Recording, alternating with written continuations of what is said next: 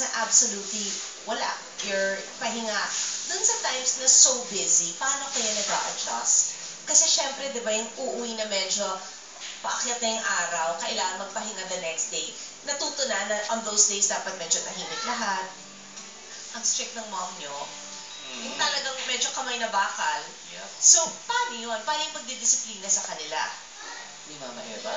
Hindi, ikaw. Ayun. Oo, hindi. Mabait ako sa mga to. Pero dumating, parang napapikit si Rowana doon. Oo. Oo, pero dumating yung point din na naging stricto din ako. How?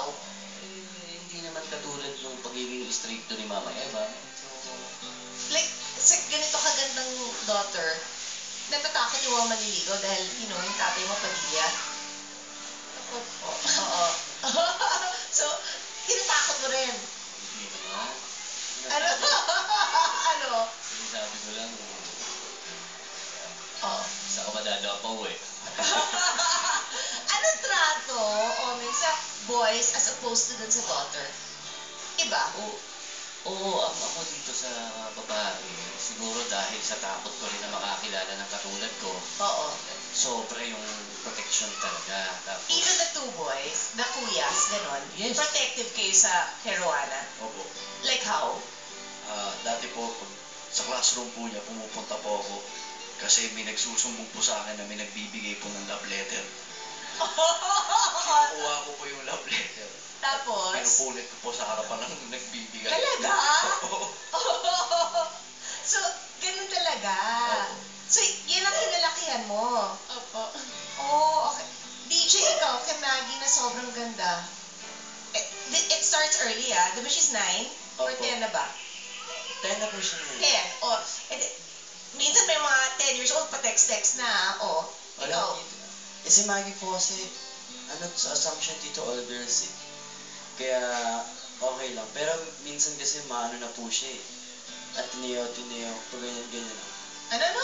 Ma-Ateneo na po. Yung parang tuwan-tuwa sa Ateneo na Ateneo. raw. Natutuwa sa Ateneo. Opo. Assumption, oh. So, Ay, irita ako pag gano'n. iba talaga.